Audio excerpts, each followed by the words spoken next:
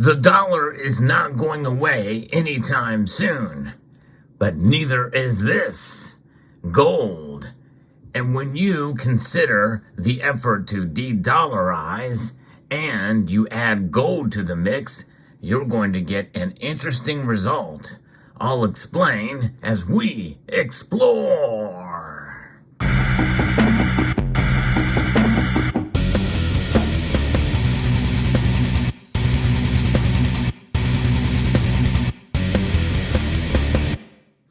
Gold. It has been around for thousands of years. In and of itself, it has no agenda.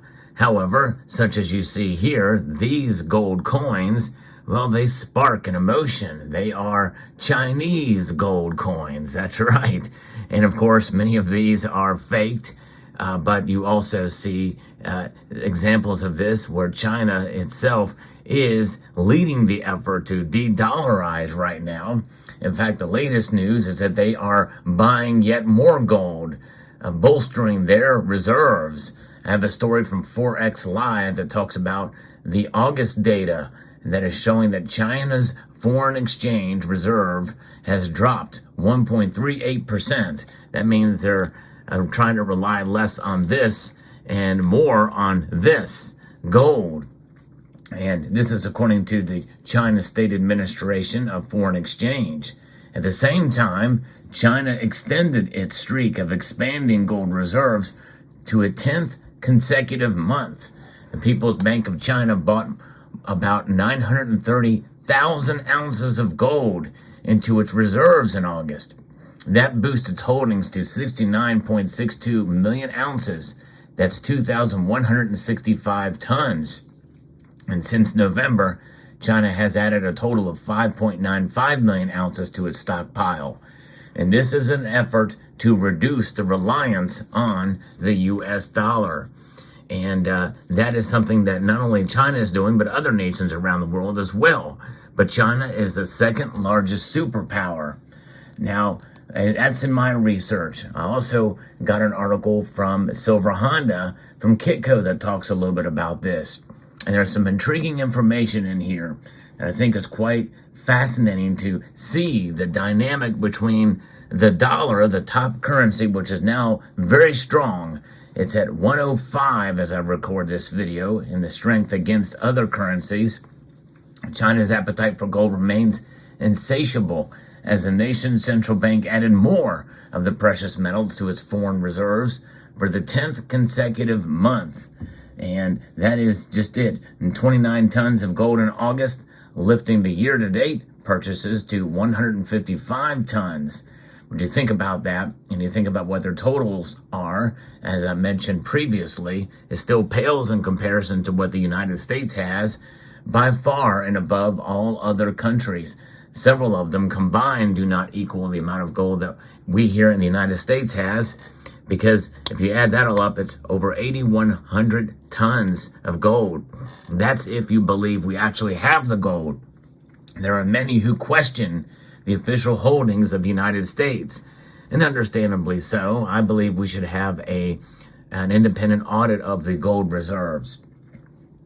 The People's Bank of China has been the leading bank in the gold market, and its current buying spree has matched its previous 10th month run that ended in September 2019. So they've been at it for quite a while. They're trying to catch up, I think, to the United States as the second largest superpower. But that is the economic superpower, but their military might is strong as well too.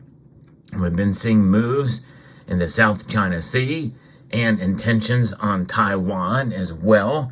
But this is leading to kind of the crux of this matter. What does a de-dollarization and gold mean for the ultimate result that's going to be occurring here? We're seeing an effort now of de-globalization. That's right.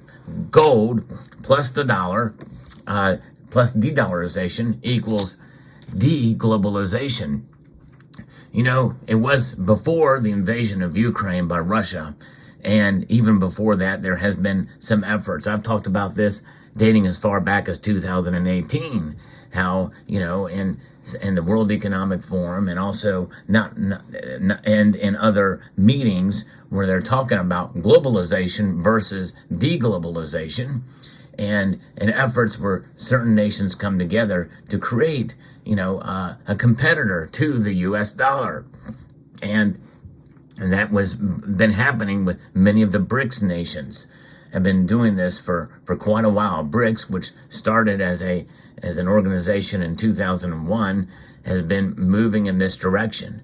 And but nonetheless, they are not as cohesive as a unit as many of the G7 or the G20 nations. But let's get back to this story. Many analysts said that they expect China to continue to buy gold as it strengthens the yuan's international credibility to compete with the U.S. dollar as a world reserve currency. I don't think this scramble away from the U.S. dollar is going to end anytime soon, according to Edward Moya, senior market analyst at Oanda. In a recent interview with Kitco News, Chantel Sheevan, head of research at Capitalite Research, said that she expects China to remain a long-term gold buyer as part of the bigger de-dollarization trend. I don't believe the U.S. dollar is going to zero anytime soon, but there is a real effort to diversify away from the U.S. dollar. And when you start looking at other assets, you don't have a lot of options out there. In fact, that is very true. What other options are there other than gold? Silver is just too bulky and it's too volatile, and it's mostly an industrial metal. You don't want to have those in your stockpiles. It's needed for many of the products and services that countries consume. So that silver is out. Cryptocurrencies, well, you've got Bitcoin, and what nation is going to hold, cryptocurrencies? They want to create their own central bank digital currencies. China's already got one. The United States is moving towards one. So are other nations. In fact, some, even third world nations like Nigeria, have their own central bank digital currency. But nonetheless, here is a fascinating story, or a fascinating statement about gold. There is no political risk with the metal. And that is becoming very important. And what is the state of China right now? Well, China is hurting economically right now, but yet they are still buying gold to protect themselves. And that is actually smart. And even though one thing I don't encourage viewers to do is to buy outside of your budget, I think it's a good idea to live within your budget. But as part of that, even if you are being stricken by inflation, you can still buy gold. It's about just being crafty and with your budget.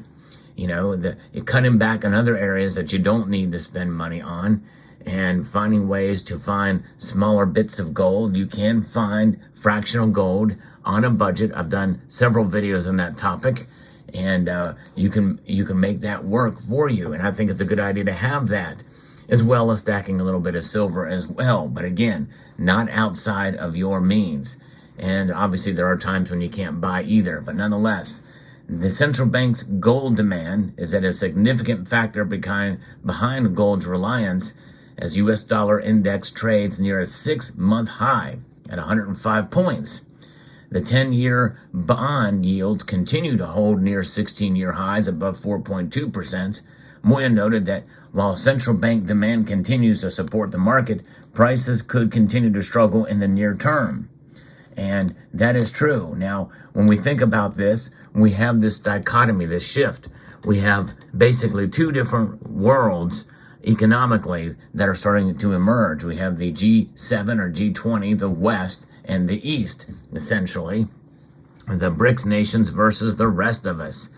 But many nations, including China, India, and not so much Russia now, are dependent on the dollar, still dependent, whether they like it or not.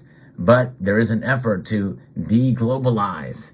Globalization is becoming something that is starting to reverse course here, much to the chagrin of the World Economic Forum, the likes of Schwab and others, Klaus Schwab. The effort to de-globalize is certainly something that is happening with these kind of moves. And I think as we see inflation start to continue to rear its ugly head for the dollar, in fact, some think that we very well could see inflation tick up yet again. amidst rising rates, interest rates, then you're going to continue to see, less reliance on the dollar and maybe looking towards other, contingencies out there, gold being one of them. What is it about gold? It's independent. It's not political. It's just a storage vehicle of wealth, commodity money. Central banks understand this. In fact, the Central Bank of Central Bankers understands this and has labeled and designated gold as a tier 1 asset, upgrading it from a tier 3 asset, putting it equal to and on par with cash, including the dollar. And, there is no sanctions that can happen with gold. You either have it or you don't, no matter what. That is a valuable lesson for all of us, from nation states all the way down to individuals. And so, with that being said, every time you add an ounce or even a tenth of an ounce of gold, you are de-globalization. You are in an effort of de-globalization on an individual scale. And by the way, it declares your independence from any financial institution for every ounce or a tenth of an ounce that you have. And so let that sink in, that you can participate in that. It's about individual freedom, liberty, responsibility, and as well as being, beholden to no one. Now, the other end of the spectrum is if you buy gold in and above and beyond your budget, you are essentially participating in the debt-based system, which enslaves you. That's right. You don't want that. You don't want to buy gold at the expense of being enslaved by debt. And that's for sure. So keep that in mind. But that is the combination. That is the mathematical formula that is at play now. Gold plus de-dollarization equals de-globalization. Fascinating indeed. Let me know what your thoughts are in the comment section down below. Hope you found this video informative, insightful, and educational. I'd like to extend a multitude of gratitude to you all for taking the time to watch and to encourage you to please rate, share, comment, and subscribe.